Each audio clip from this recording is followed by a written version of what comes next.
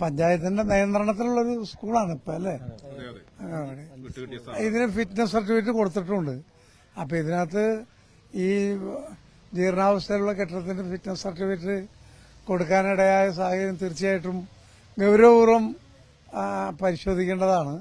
കുറ്റക്കാരായ ആളുകളുടെ പേര് നടപടി സ്വീകരിക്കുകയും വേണം എന്നാണ് എൻ്റെ അഭിപ്രായം. ഇനിയിപ്പോൾ എനിക്ക് ചെയ്യാൻ പറ്റുന്നൊരു കാര്യം ഇവിടെ പുതിയ കെട്ടിടം നിർമ്മിക്കാൻ ഫണ്ട് അനുവദിക്കുക എന്നുള്ളതാണ്. അത് തീർച്ചയായിട്ടും അതിനുള്ള എല്ലാ സഹകരണവും എൻ്റെ ഭാഗത്തുനിന്നുണ്ടാവും.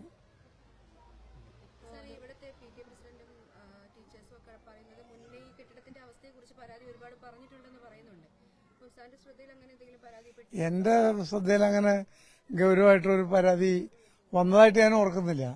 അങ്ങനെ വന്നിട്ടുണ്ടെന്ന് എനിക്ക് തോന്നുന്നത്. അതിന്റെ കാരണം ഇത് ഡയറക്ടറായിട്ട് MLA യുടെ നിയന്ത്രണത്തിലല്ല, ഇത് പഞ്ചായത്തിന്റെ നിയന്ത്രണത്തിലാണ്. അപ്പോ